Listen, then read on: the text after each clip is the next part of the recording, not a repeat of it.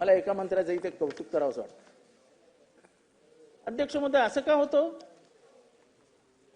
की दरवेळेस बजेट मांडताना मागासवर्गीयांच्याच बजेटला कात्री लावली जाते आणि जो कॉन्स्टिट्युशनली रॉंग आहे, संविधानिक अधिकार नाही. आणि म्हणून शिरसाट साहेब, मनाचा मोठेपणा आहे माझ्या, पक्षविनिवेश बाजूला ठेवावा लागतो. जेव्हा जिनच्यावर अत्याचार झालाय, जिनच्यावर अन्याय झालाय, पिछड़ा कुचला, उसके हक और अधिकार के लिए अपने में कोई राजनीतिक भेदभाव नहीं होना चाहिए.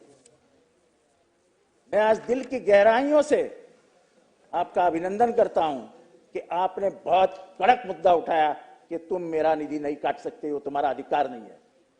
कोणीतरी हे जबरदस्ती बोलायला पाहिजे होतं, ह्यांना ऐकवायला पाहिजे होतं. ह्यांना वाटतं आपलीच सत्ता आहे, आपण करू तो कायदा.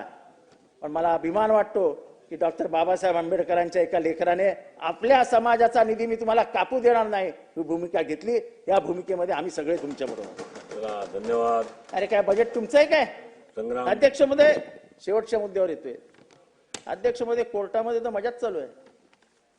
बीडला एक न्यायाधीश सस्पेंडेड इन्स्पेक्टर आणि सस्पेंडेड PSI आणि ते पण संतोष देशमुखच्या केसमध्ये त्याच्यावर दारू पित बसलेत. अरे काय ऐक नाही भीती.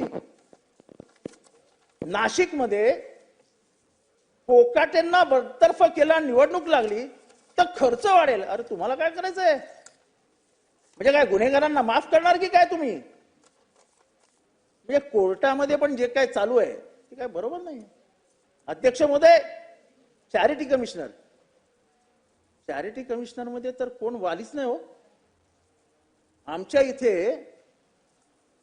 एक 28 एकर फॉरेस्टचा तुकडा, फॉरेस्ट, खोटी कागदपत्र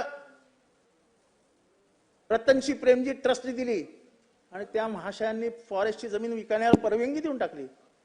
जेव्हा मी बोंबाबोंब केली तेव्हा कुठे थांबवलं आणि आता हायकोर्टाने त्याच्यावर स्ट्रिक्चर्स मारली. पण आपण जबाबदार धरणार आहोत की नाही चॅरिटी कमिशनर्सना, की तुम्हाला कोणी अधिकार दिले जमिनी विकायच्या?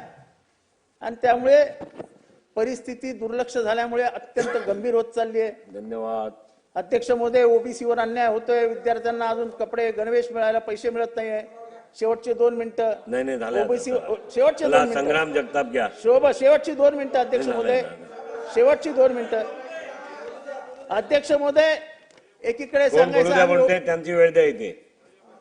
चला वेळ द्या त्यांची. एकीकडे सांगायचं आम्ही ओबीसीच्या जीवावर निवडून येतो आणि कात्री कोणाला मारायची? ओबीसीलाच कात्री मारायची. अरे ओबीसीने काय घोडं मारलं का तुमचं? अरे तुम्हाला सत्तेवर बसवलं ना ओबीसीने, त्या ओबीसीचे हालाल होताना तुम्हाला काहीच वाटत नाही का?